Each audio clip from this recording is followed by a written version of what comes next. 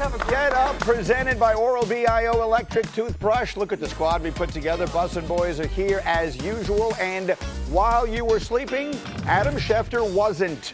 Major breaking news during the night. Schefty, take it away. Greeny, the New York Giants are about to hire John Harbaugh as their next head coach. The deal is not official. They're still going over some of the details, but it is going to get done, and John Harbaugh is going to be the next head coach of the New York Giants. They're looking to restore leadership.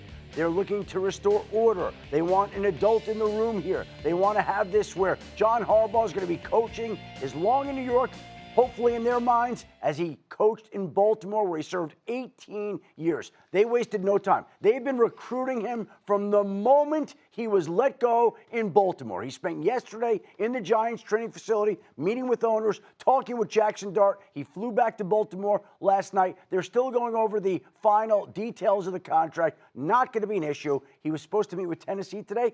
That's not happening. That meeting's off. Sorry, Tennessee guys. He's going to be the next head coach of the New York Giants. Outstanding work again, Schefty, in the middle of the night while everyone else is asleep. He's got the enormous breaking news. Feels like a home run, a grand slam.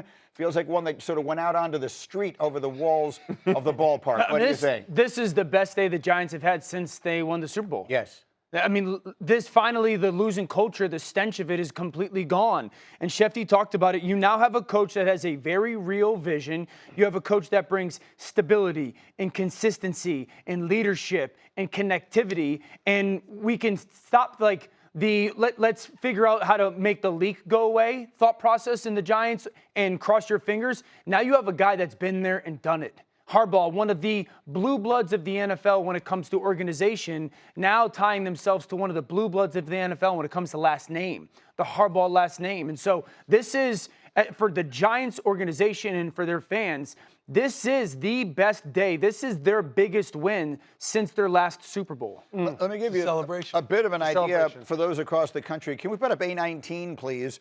So Tom Coughlin, you mentioned it. He was there 12 years. They won 2 Super Bowls. And since then, it has been Ben McAdoo, Pat Shurmur, Joe Judge, Brian Daboll. That doesn't include all the interim coaches that were involved in the midst of all of this. So not only do you look at, obviously, the terrible one-loss records, but just consider how many different people have coached this team since 2016. Have they finally gotten it right? Harbaugh plus the New York Giants now, in your mind, Hawk, equals what? That equals contention, that equals stability, that equals a franchise and a leader that can put you on a path to a Super Bowl and back to hoisting the Lombardi for all the reasons Dan talked about. Because what Harbaugh brings to the Giants is what they desperately need. You talk about Coughlin, you talk about the CEO type. More importantly, you talk about a culture. They don't have a culture that they could cling to or have been able to cling to since Coughlin left. And that's what Harbaugh is. That's what he represents. And so for him not to go down the list of all the places he was going to have an opportunity to coach, it means that he also felt that the franchise was a perfect match for what he does. He doesn't have to be a coach outside of himself. He doesn't have to evolve and be something different than what he has been. Be the staple, be the CEO, bring a culture to the New York Giants that is conducive for winning football. Okay, so you got Harbaugh, which brings culture stability. You got the creatine Caucasians with Jaxson, Dart, and Cam Scatterby. You got Malik Neighbors, Wan'Dale Robinson. You got Burns and Carter on the other side defensively. You got a lot of young pieces around to work with, but also who are the guys he's bringing? That's with the question. Yeah, that is who's going to be the quarterback guy? Who's going to be the play caller? The main guy, the hope, he had told them in meetings that Todd Monken would be his offense coordinator. But Todd Monken is interviewing for the Cleveland Browns head coaching job. He interviewed for the Buccaneers offensive coordinator job yesterday. Again, short of him getting the Browns head coaching job, I would think that he would turn down all other offensive coordinator opportunities and rejoin his friends. That's a good thing. In New Jersey. That's a good thing. That would be the likely outcome. It's not done, but that's John Harbaugh's plan, and we'll see if he could bring it into action. Here's what I think about Harbaugh. And the coordinators are obviously paramount for any coach and coaching staff. But for Harbaugh, I don't feel like he'll ever have a problem attracting a top offensive coordinator. And that's what you get when you have a CEO type. You just understand that the executives, they might be in and out because there's going to be success and they're going to go on to get head coaching opportunities. We saw it in Baltimore, or, they're going to be, hey, we need to switch up the defense. We need to switch up the offense. But for him, he is not a play caller himself.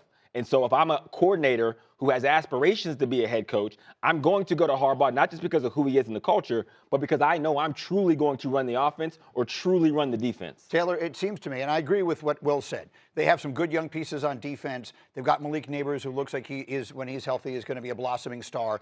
But if I'm a coach with all the options in the world, I'm picking my spot based on the quarterback. Yeah. This feels to me like John Harbaugh saying Jaxson Dart is the guy. Look at all the big turnarounds this year, right? One of them was Caleb Williams. One of them is Trevor Lawrence. One of them is Drake May. Yep. This feels to me like John Harbaugh is pointing at Jaxson Dart and saying, he and I can be that next year. Yeah, I mean, Will alluded to it with all the bones that the Giants have, all of, on the offensive side and the defensive side. But when you look at Jaxson Dart, he's not quite Lamar Jackson from a mobility standpoint, but they're still going to use him quite a bit in quarterback-style runs and calling runs for the quarterback multiple times a game. He does a great job managing pieces. OCs and DCs are going to want to come and be a part of it because they've seen what he was able to accomplish at the Ravens. So this is an absolute home run in my opinion. And also, if you look at like just in the breakup sense, right? You're in a big relationship for a long time. You break up. You can do two things. You can wallow on the couch, eat a Haagen-Dazs ice cream, or you can get in the gym a little bit, make yourself look real nice. This team has the bones to put you in contention to where the Ravens can look over there next year and be like, damn, that's the one that got away. In this particular case, Chris Mara of the Giants deserves a lot of credit. He went to John Harbaugh's house on Sunday and met with him individually. The Giants put a lot of pressure on him. Jaxson Dart absolutely loomed large in this because I think when John Harbaugh steps back and assesses the quarterback situations, and there's nothing more important than that, he believed in Jaxson Dart. You look at, in his spot, the quarterback, and you look at ownership. And John Mara, everybody in New York is rooting for John Mara to be okay. But John Mara has been sick. And so his brother, Chris Mara, was out there leading the way here and played a huge role in bringing John Harbaugh to New York and him turning down these other opportunities. And the hope now is that he does for Jaxson Dart what Mike Vrabel did for Drake May, what Ben Johnson did for Caleb Williams, really what Sean Payton has done for Bo Nix, even though he drafted him into the league. You're looking for that coach to assert and have that quarterback rise up and improve even more than he's played. I fully expect the Giants to contend for a playoff spot next year now. Keep talking. Because this is a team last year, we talked about it multiple times this year. They gave away double-digit leads on a consistent basis. I thought there was a perspective on the outside of this is a better football team, at least from the individual performances, than the record was indicating. And I think with Neighbors coming back, he's got to get healthy. This is a team that there's no question as far as somebody there that just gets them, the adult in the room, to play a football level that, and I know it gets made fun of, like, you're not giving games away. We don't want to give games away. And I know Harbaugh had some of those moments in Baltimore where they would blow leads as well. But I do think that he's walking into a place that is more talented than maybe the national perspective. Yeah. I think the Monken hire is huge. I really do. Assuming they get him. Because we can't say, well, he's got to be Ben Johnson to Caleb and Mike Vrabel to Drake. Mike Vrabel's got one of the best offensive coordinators in the last 30 years in the NFL, going with him to New England. And so I think that's huge. But this is a team that there's no question.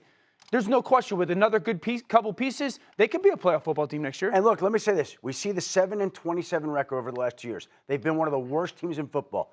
I will say, if you think back to this past season, when Jaxson Dart got inserted and Cam Scatterbo emerged before Malik Neighbors got hurt, you were looking at the Giants as one of the more exciting teams in the National Football League at that point in time. And I think John Harbaugh, that's what he sees. And with Chris Mara helping to recruit him, they are getting the deal done to make him the next head coach. So John Harbaugh is going to try now and do something that has quite literally never been done. Can we put up A20, please, Cindy? While John Harbaugh is the most accomplished coach available in the Super Bowl era, there have been a total of exactly 0 head coaches who have won 2 Super Bowls, with 2 different franchises. 7 have led multiple teams to the Super Bowl, but none of them have won it. I will be honest, when they first gave me this stat, I assumed it had to be a mistake. I thought there's no way in the world that's true, and yet it is. There is no coach in the Super Bowl era that has won the Super Bowl in 2 different places. Except it could happen this offseason. Sean Payton. Sean Payton could become the first. Become the first one. That is correct. It doesn't mean he will. Like, there's a lot of great teams left, but they're one of 8 teams left. And there's never been a head coach who's won a Super Bowl with 2 franchises. Sean Payton has a chance to become the first. John Harbaugh will have a chance to become the first in New York if he can get the Giants back to the level that he thinks he can. And that's what they're hoping for. Yeah, but we're having the conversation within 2 hours of the hiring, right, or 6 hours of the hiring. That brings the reality of how big of a deal this is. If they had hired somebody else, more than likely we would have been like, do we think it's a good fit? How does it work? What should be the expectation? Now the Giants are like, could he go win a Super Bowl with the Giants? It brings the gravity of how important of a day, how important of a signing this is for New York. No question about it. And so that what remains now, I think a lot of us had been thinking, and again, Schefty, I keep turning to you because you're the one. I think we thought the perception was everyone's waiting on the John Harbaugh shoe to drop. Yeah. And now everything else will happen. It'll sort of like be the thing that sets off the other dominoes. Look, Tennessee was interested in John Harbaugh. Atlanta was interested in John Harbaugh. Cleveland was interested in John Harbaugh. These other teams were not making a move or a hire without speaking to John Harbaugh. The other thing that you have to keep in mind is that coaches under contract with teams. So we're talking about Jesse Minter and Brian Flores and all the all the coordinators that are out there. They can't have face-to-face meetings until Monday, January 19th. So that's Monday. So now we've got the big domino off the board. We've got the face-to-face meetings coming up on Monday. And now the coaching carousel, which had been a little quiet other than all the moves that are going on, can really pick up steam in terms of the hiring pace that has been going on across the NFL.